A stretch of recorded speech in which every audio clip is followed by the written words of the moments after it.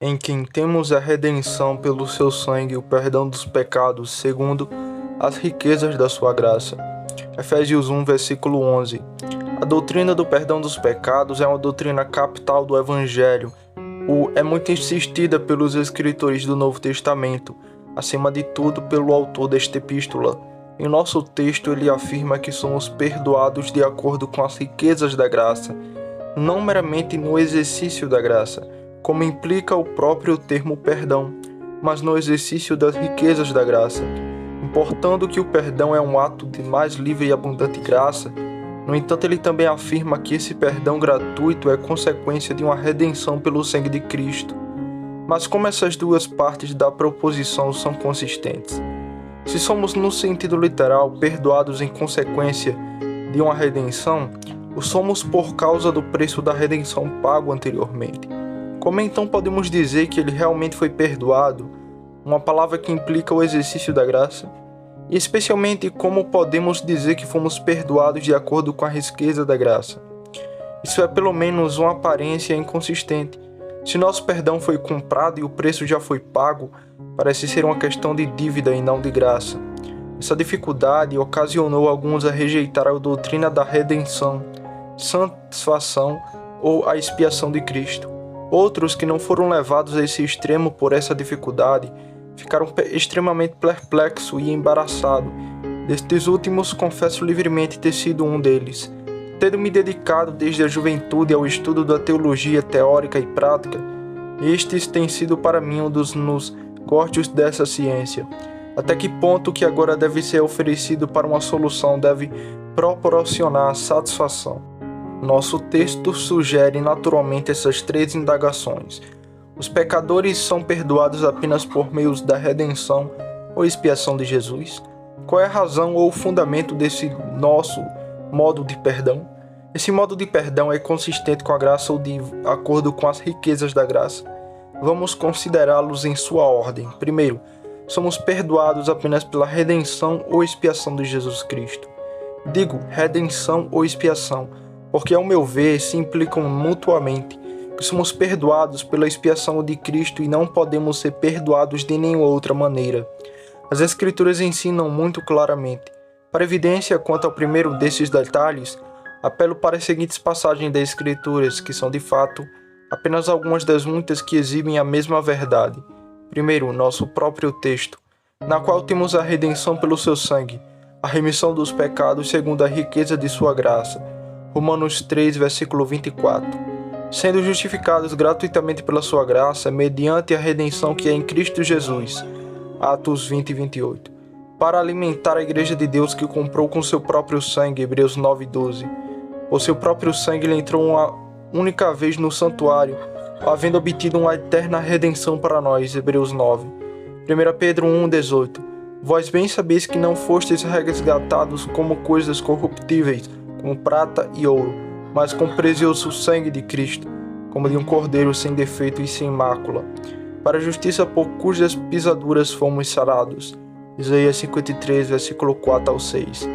Ele tomou sobre si as nossas enfermidades e carregou as nossas dores. Ele foi ferido por nossas transgressões. Ele foi moído por nossas iniquidades. O castigo que nos traz a paz estava sobre ele, e pelas suas pisaduras fomos sarados. O Senhor fez cair sobre ele a iniquidade de todos nós. Contudo, agradou ao Senhor feri-lo e fez enfermar. Quando fizeres de sua alma uma oferta pelo pecado, ele verá sua descendência e levará sobre si as suas iniquidades e levará sobre si os pecados de muitos. As Escrituras também ensinam a absoluta necessidade da expiação de Cristo e que podemos obter perdão e salvação somente por meio dela.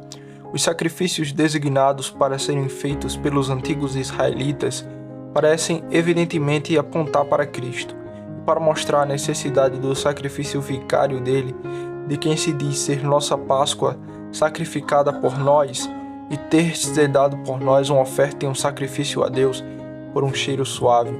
E agora, uma vez no fim do mundo, apareceu para aniquilar o pecado pelo sacrifício de si mesmo. 1 Coríntios 5, versículo 7 e Hebreus 9, 26. Como os antigos israelitas não podiam obter perdão de outra maneira, senão por meio desses sacrifícios, isso nos ensina que só podemos obtê-lo pelo sacrifício de Cristo. As declarações positivas do Novo Testamento ensinam a mesma verdade ainda mais diretamente, como em Lucas 24, verso 25 ao 26. Ó tolos e lentos de coração, para acreditar em tudo o que os profetas disseram, não deveria o Cristo ter sofrido essas coisas e entrar em sua glória? No versículo 46. Assim, convinha que Cristo padecesse e ressuscitasse dos mortos ao terceiro dia, ao qual Deus propôs para a propiciação pela fé no seu sangue, para a demonstração da sua justiça, para que ele seja justo e justificador daquele que tem fé em Jesus. Romanos 3, versículo 25 ao 26. Parece que Deus não poderia ter sido justo ao justificar o crente, se Cristo não tivesse sido feito uma propiciação. Como Moisés levantou a serpente no deserto, assim importa que o Filho do Homem seja levantado. Hebreus 9, 22. A necessidade da morte e expiação de Cristo aparece suficientemente pelo simples evento de sua morte. Se sua morte não fosse necessária, ele morreu em vão. Mas não podemos supor que ele ou seu pai teriam consentido em sua morte, se não fosse absolutamente necessário. Mesmo um homem de sabedoria e bondade comum não consentiria nem com a própria morte nem com a do seu filho, mas em caso de necessidade para algum fim importante e valioso, muito menos podemos supor que Cristo Jesus, o Filho, teria consentido em sua própria morte, ou que o infinitamente sábio e bom Pai teria consentido na morte de seu unigênito e amado Filho, em quem sua alma estava bem satisfeita, e que era cheio de graça e verdade. O brilho de sua própria glória e a imagem expressa de sua pessoa, o principal entre 10.000 e totalmente adorável, se não houvesse necessidade mais urgente. Especialmente porque este Filho mais excelente orou com tanta sinceridade ao Pai, que para tanta sinceridade, para excluí-lo da morte. Mateus 20, 39. Ó meu Pai, se possível, passa de mim este cálice. Contudo, não seja como eu quero, mas como tu queres. O próprio Filho nos disse em João 11, 42, que o Pai sempre o ouve. E portanto podemos ter certeza de que se a condição de sua petição patética tivesse ocorrido, se fosse possível que os desígnios de Deus na salvação dos pecadores deveria ser realizada sem a morte de Cristo, a oração de Cristo nesse caso teria sido em vão e ele teria sido inseto da morte. E como ele não foi inseto, temos evidências claras de que sua morte foi uma questão de absoluta necessidade, se não houvesse a necessidade mais urgente. Especialmente porque este Filho mais excelente orou com tanta necessidade ao Pai para excluí-lo da morte. Ó meu Pai, se eu passível, passa de mim este cálice, contudo não seja como eu quero, mas como tu queres. Mateus 20, 39. A necessidade da expiação de Cristo é declarada claramente e é ensinada também pelo apóstolo em Gálatas 2 e 21. Se a justiça vem pela lei, então Cristo morreu em vão. É inútil fingir que a lei, nesta passagem, significa a lei cerimonial, porque ele nos diz no capítulo 3, verso 21, que se houvesse uma lei dada que pudesse dar vida em verdade, a justiça deveria ter sido pela lei. Mas a lei moral era uma lei que havia sido dada, e como nenhuma lei foi dada que poderia dar vida, segue-se que o perdão e a vida não poderiam ser pela lei moral, nem pela cerimonial, e que se pudessem, Cristo estaria morto em vão. Segundo, nossa próxima indagação é: qual é a razão ou o fundamento desse modo de perdão? Ou por que uma expiação é necessária para o perdão do pecador? Eu respondo: é necessário pelo mesmo motivo e pela mesma razão, pois a punição teria sido necessária se não houvesse expiação. O fundamento de ambos é o mesmo. A questão então é esta: por que teria sido necessário, se nenhuma expiação tivesse sido feita, que a punição fosse infligida aos transgressores da lei divina? Isso, suponho, teria sido necessário para manter a autoridade da lei divina. Se isso não for mantido, mas a lei cair em desatrezo, recairá igualmente sobre o próprio legislador. Sua autoridade será desprezada e seu governo será enfraquecido. E à medida que o desprezo aumentar, o que se pode esperar que aumente proporcionalmente a negligência em executar a lei, o governo divino se aproximará cada vez mais de uma dissolução, até que finalmente será totalmente aniquilado.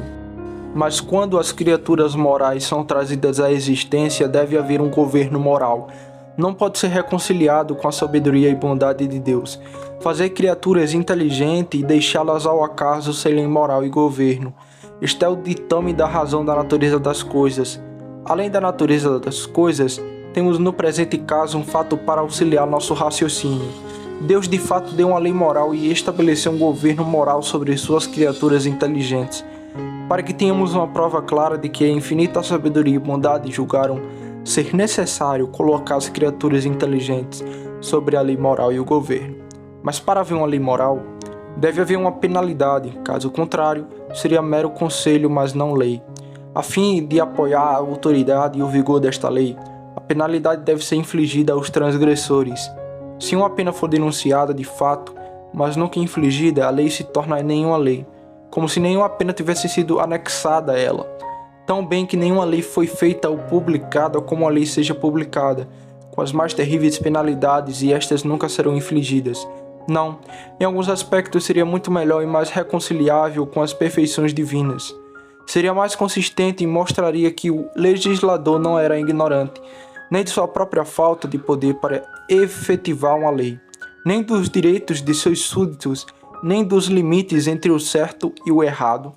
Mas promulgar uma lei e não executá-la implica em algum tipo de fraqueza, ou um erro de julgamento, ou uma consciência de um desígnio depravado ao fazer a lei, ou uma falta de poder para colocá-la em vigor, ou algum outro com defeito. Portanto, tal procedimento é desonroso e desprezível, e por ela tanto a lei quanto o legislador não apenas aparecem sobre uma luz desprezível, mas são realmente desprezíveis. Portanto, para executar a ameaça da lei divina, é necessário preservar a dignidade e a autoridade da lei, e de seu autor, e a própria existência do governo moral divino.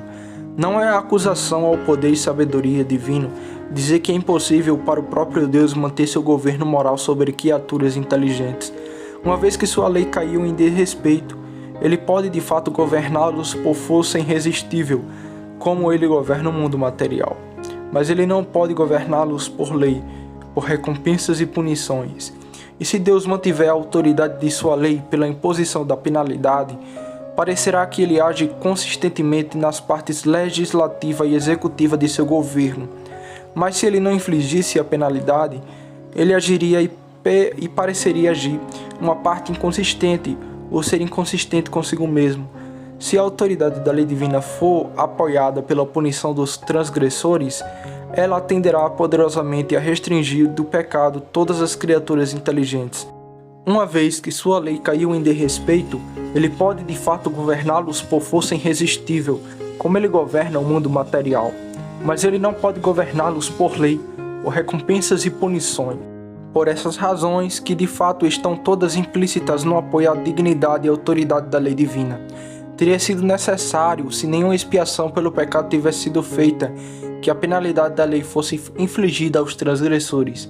Se nesta visão do assunto deve ser dito, embora pela razão antes mencionada seja necessário que a penalidade da lei, em muitos casos, ou na maioria dos casos, seja infligida, ainda assim porque é necessário que seja infligido? Porque a divindade não poderia de forma soberana, sem nenhuma expiação, ter perdoado pelo menos alguns pecadores? Porque a autoridade da lei não poderia ter sido suficientemente apoiada sem a punição de cada transgressor individual? Achamos que tal rigor não é necessário, o mesmo subserviente ao bem público nos governos humanos, e porque é necessário no divino? A estas indagações respondo por outras indagações. Porque na suposição de não haver expiação, teria sido necessário que a penalidade da lei fosse infligida em qualquer instância? Porque não poderia a divindade, de forma soberana, sem qualquer expiação, perdoar toda a humanidade? Presumo que será concedido pelas razões antes indicadas que tal procedimento seria inconsistente com a dignidade e a autoridade da lei e do governo divinos. E a mesma consequência, em certo grau, decorre de cada instância de perdão neste modo.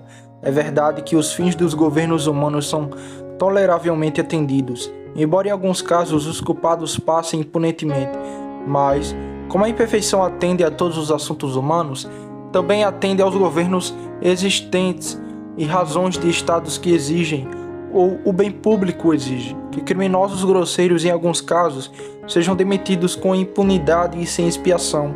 Assim, porque o governo de Davi era fraco e os filhos de Zeruía eram muito difíceis para ele, Joabe, um assassino de atroz, não poderia durante a vida de Davi ser levado à justiça. e em outras instâncias, criminosos atrozes são perdoados, a fim de obter informações contra outros ainda mais atrozes e perigosos para a comunidade. Em muitos casos, apenas os principais em certos crimes graves são punidos, o resto sendo levado por artifício e deturpação não deveria merecer punição. E presume-se que, em todos os casos em que é realmente para o bem da comunidade perdoar um criminoso, sem a devida satisfação por seu crime, é por causa de algumas fraquezas no estado particular do governo, sobre o qual o perdão é concedido, ou alguma imperfeição nas leis deste estado, que não se adaptando ao caso particular, ou alguma imperfeição presente em todos os assuntos humanos. Pode-se acrescentar que em todos os casos de governos humanos em as quais as leis justas não são rigorosamente executadas, o governo é tão enfraquecido que o caráter dos governantes, legislativo ou executivo, sofrem, seja em termos de habilidade ou em pontos de integridade. Se fosse concedido que a lei é justa e condenasse o pecado a nenhum castigo maior do que ele merece, e se Deus o perdoasse sem expiação, pareceria que ele não odiava o pecado em todos os casos, nem o tratava como sendo o que é realmente infinitamente vil. E por essas razões, parece que teria sido necessário, desde que nenhuma expiação tivesse sido feita, que a penalidade da lei fosse infligida, mesmo em todos os casos de desobediência. Pelas mesmas razões, sem dúvida, era necessário que, se algum pecador fosse perdoado, eles deveriam ser perdoados apenas em consequência de uma expiação adequada. A expiação é o substituto da punição ameaçada na lei. Foi projetado para atender aos mesmos fins de apoiar a autoridade da lei, a dignidade do governo moral divino e a consistência da conduta divina na legislação e na execução. Pela expiação, parece que Deus está determinando a que a sua lei seja mantida, que não seja desprezado ou transgredido impunemente e que é uma coisa má e amarga pecar contra Deus. A própria ideia de uma expiação ou satisfação pelo pecado é algo que, para fins que apoia a autoridade da lei divina e a dignidade e consistência do governo divino, é equivalente à punição do pecador, de acordo com o sentido literal, a ameaça da lei. Feito aquilo que atende a esses propósitos, seja qual for, a expiação é feita e o caminho é preparado para a dispensação do perdão. Em qualquer caso, Deus pode ser justo e, ainda assim, o justificador do pecador. E o que é suficiente para atender a esses propósitos foi feito por nós, de acordo com o plano do Evangelho.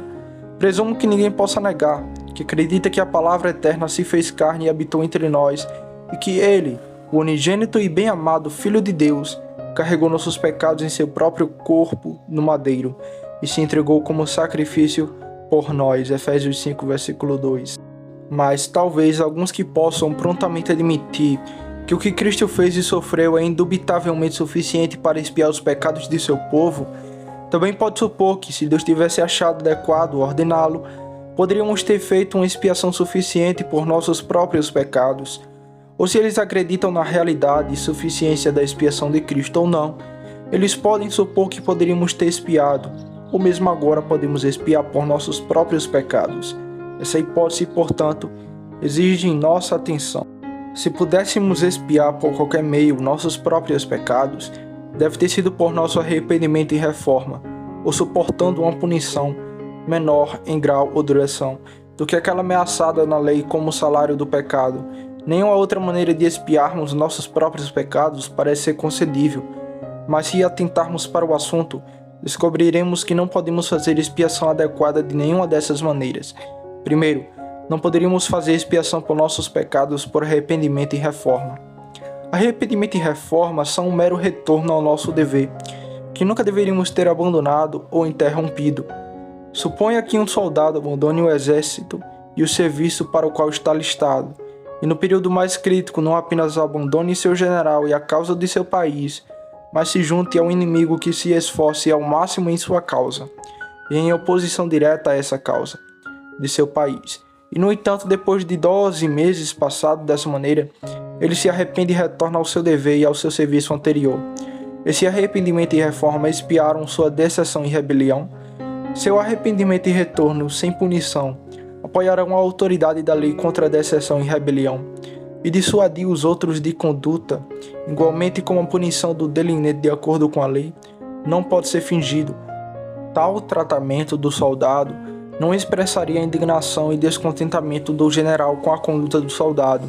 De modo algum convenceria o exército ou o mundo de que era um crime hediondo desertar e juntar-se ao estandarte do inimigo. Exatamente no caso em análise, a linguagem de perdoar os pecadores apenas em seu arrependimento é que aquele que pecar se arrependerá, que a maldição da lei é o arrependimento, que aquele que se arrepende sofrerá e não merece mais punição.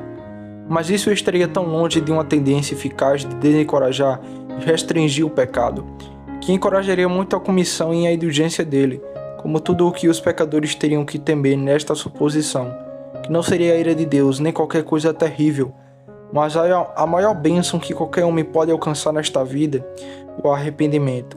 Se essa fosse a condição de perdoar os pecadores, não apenas nenhuma medida seria tomada para apoiar a lei divina, mas nenhuma para justificar o caráter do próprio Deus, ou para mostrar que ele age de maneira consistente de acordo com a sua própria lei, ou que ele é amigo da virtude e inimigo do vício, e por outro lado, ele prefere parecer amigo do pecado e do vício ou indiferente em relação a eles. O que você pensaria de um príncipe que deveria fazer uma lei contra o assassinato e ameaçá-lo com uma punição apropriadamente severa, mas deveria declarar que ninguém que fosse culpado desse crime e se arrependesse deveria ser punido? Ou se ele não declarou isso positivamente, ainda assim deveria sofrer todos os assassinos que se arrependeram de seus assassinatos para passar impunemente?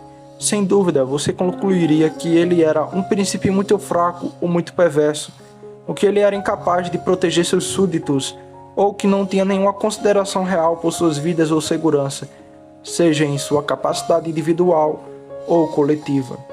Segundo, nem poderíamos fazer expiação por qualquer sofrimento que não fosse a punição total do pecado, porque a própria ideia de expiação é algo feito que, com o propósito de apoiar a autoridade da lei, a dignidade e consistência do governo e conduta divina, é totalmente equivalente à maldição da lei, e em torno da qual o pecador pode ser salvo dessa maldição.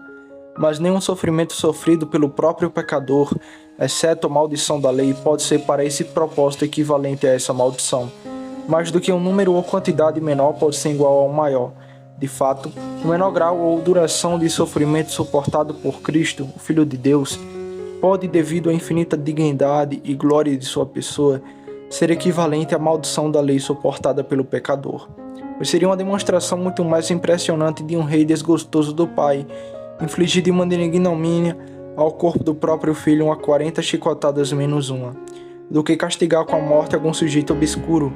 Mas quando a pessoa é a mesma, é absurdo supor que um menor grau ou duração da dor pode ser igual a uma maior, ou pode igualmente causar terror nas mentes dos espectadores, fazê-lo temer e não mais cometer tal maldade. Além do mais, se um menor grau ou duração de punição infligido ao pecador respondesse a todos os propósitos de apoio à autoridade da lei divina, igualmente como aquela punição que é ameaçada na lei, segue-se que a punição ameaçada na lei é muito grande, é injusta, é cruel e opressiva, o que não pode ser enquanto Deus é um ser justo. Assim, parece claro que nunca poderíamos ter expiado nosso próprio pecado. Se, portanto, a expiação for feita, deve ser feita por outra pessoa.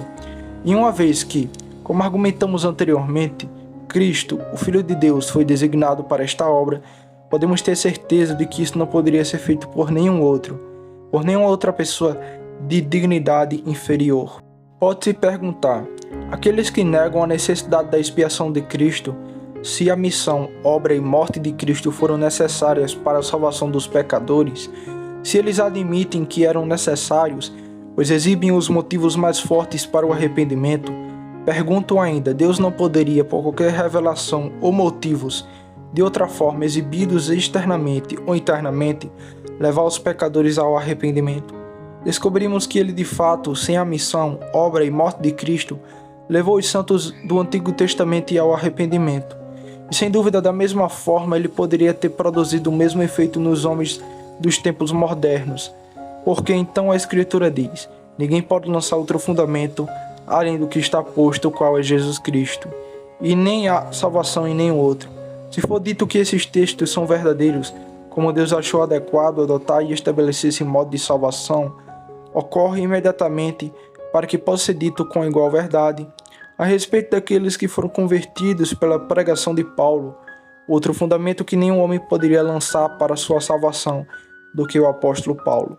Em suma, dizer que a missão e a morte de Cristo foram necessárias porque Deus fez esta constituição é resolver tudo na soberania de Deus e confessar que nenhuma razão da missão e morte de Cristo é inatribuível. Todo evento que já ocorre é igualmente necessário como a missão e a morte de Cristo, e não era necessário em nenhum outro sentido que Cristo fosse enviado e morresse, do que um pardal caísse ou não caísse no chão. Além disso, se a missão, a morte e a ressurreição de Cristo e o conhecimento delas, Ele, por constituição divina, tornou necessário para a salvação dos pecadores, isso parecerá totalmente inconsistente com o princípio fundamental do sistema daqueles que negaram a expiação de Cristo. Refiro-me ao princípio de que não é compatível com as perfeições de Deus recusar o perdão a qualquer um que se arrependa. Se o mero arrependimento e a reforma são a base do perdão, sem dúvida todos os que se arrependem, embora muito ignorantes de Cristo, sua morte e ressurreição, e dos motivos para o arrependimento nela exibido, têm direito ao perdão. E se assim for, em que sentido os socinianos dirão que a missão e a morte de Cristo são necessárias para perdoar? Certamente não compra a salvação, mesmo para aqueles que o ignoram. Isso é abominável para todo o sistema deles, não exibindo os motivos mais fortes para o arrependimento, porque no caso agora suposto, esses motivos são perfeitamente desconhecidos, e eles não dirão: é impossível que alguém se arrependa se for ignorante de Cristo. Novamente, como é mais consistente com as perfeições divinas limitar o perdão e a salvação aos limites estreitos daqueles que conhecem e são influenciados pelos motivos do arrependimento implícitos na morte e ressurreição de Cristo, de que nos limites daqueles se arrependem e depende da expiação de Cristo. Pode-se ainda perguntar aos senhores mencionados acima se o perdão do penitente é de acordo com a lei divina ou de acordo com o Evangelho, se é uma constituição da lei que todo penitente seja perdoado, o que é então o Evangelho, e em que a graça do último excede do primeiro. Além disso, não é estranho supor que a lei nuas conhece alguma coisa sobre o arrependimento e a promessa de perdão. Certamente tal lei deve ser uma lei muito graciosa, e uma lei muito graciosa e um evangelho muito gracioso parecem ser quase a mesma coisa. Tem sido comumente entendido que a lei divina é a regra da justiça. Se assim for, uma disposição da lei que todo penitente seja absolvido da punição, então certamente não há nenhuma graça na absolvição do penitente, como os senhores, a quem agora me refiro. Finja que não há nenhum na suposição da satisfação de Cristo. Novamente, se a lei garante impunemente a todos os penitentes, então todo terror ou punição que a lei ameaça é o próprio arrependimento, ou aquela disciplina sábia e saudável que é necessária para levar ao arrependimento. Estas são as verdadeiras e máximas maldição da lei, mas nenhum desses é uma maldição. Eles estão pelo menos entre as maiores bênçãos que podem ser concedidas àqueles que precisam deles. Mas se for concedido que a simples lei de Deus não garanta perdão ao penitente, não admite sua punição, seguir-se-á que a punição do penitente não seria nada oposta à justiça. Certamente Deus não fez uma lei justa. Segue-se também que punir o penitente não seria de forma alguma inconsistente com as perfeições divinas, ao menos que Deus tenha feito uma lei que não pode, em nenhum caso, ser executada consistentemente com suas próprias perfeições. E se a punição do penitente, desde que nenhuma expiação tivesse sido feita, não fosse inconsistente com a justiça ou com as perfeições de Deus, quem dirá que o perdão do penitente, com base apenas em sua expiação, é inconsistente com qualquer um? Se nem a justiça estrita, nem a lei divina fundada na justiça, nem as perfeições divinas sem expiação asseguram perdão a todos os que se arrependem, o que acontecerá com o alardeamento argumento dos socinianos contra a expiação de Deus? Certamente perdoará e salvar, o que é um absurdo e ímpio supor que ele não perdoará e salvará todos os que se arrependerem. Os próprios socinianos estão certos de que Deus não fará aquilo que a justiça eterna, sua própria lei e suas próprias perfeições lhe permitem fazer. O dilema é este: a justiça eterna exige que todo penitente seja perdoado apenas em consequência de seu arrependimento, ou não. Se exigir isso, segue-se que o perdão é um ato de justiça e não de graça. Portanto, que os socinianos fiquem para sempre em silêncio sobre esta questão. Segue-se também que o arrependimento responde, satisfaz, cumpre a lei divina de modo que, em consequência dela, a lei não tem mais exigências sobre o pecador. É, portanto, a justiça completa da lei ou a maldição completa da lei. Porque maldito todo aquele que não permanece em todas as coisas escritas no livro da lei para fazê-las. Segue-se também que o pecado não é um mal moral. Sem dúvida, aquilo que não merece punição ou sinal do desagrado divino não é um mal moral, mas o máximo que a justiça, nessa hipótese, exige do pecador é o arrependimento, que não é sinal do desagrado divino, mas uma bênção inestimável. Segue-se também que, como a justiça eterna não é outra senão a lei eterna de Deus, a graça e a verdade, a vida e a imortalidade vieram e foram trazidas à luz por Moisés, pois a lei veio por ele, que a lei contém grandes e preciosas promessas, quais promessas, no entanto, por mais grandes e preciosas que sejam, não são mais do que garantias de que não seremos feridos. Segue-se, em último lugar, que justiça e graça, lei e evangelho são termos perfeitamente sinônimos. Ou, se a outra parte do lema for considerada, a justiça eterna não exige que todo penitente seja perdoado. Quem sabe, senão que Deus possa considerar adequado permitir que a justiça em algum caso ocorra, quem dirá que as outras perfeições divinas são totalmente inconsistentes com a justiça? Ou que sabedoria, bondade e justiça não podem coexistir no mesmo personagem? Ou que a lei de Deus é tal que não pode ser executada em nenhuma instância, consistentemente com o caráter divino? Essas seriam de fato afirmações ousadas que aquele que os confessa, ao mesmo tempo os prove. Na verdade, ele deve provar essas afirmações ou reconhecer que a justiça exige o perdão de todo penitente e arcar com as consequências, ou renunciar à doutrina de que as perfeições divinas exigem que todo penitente seja perdoado sem expiação.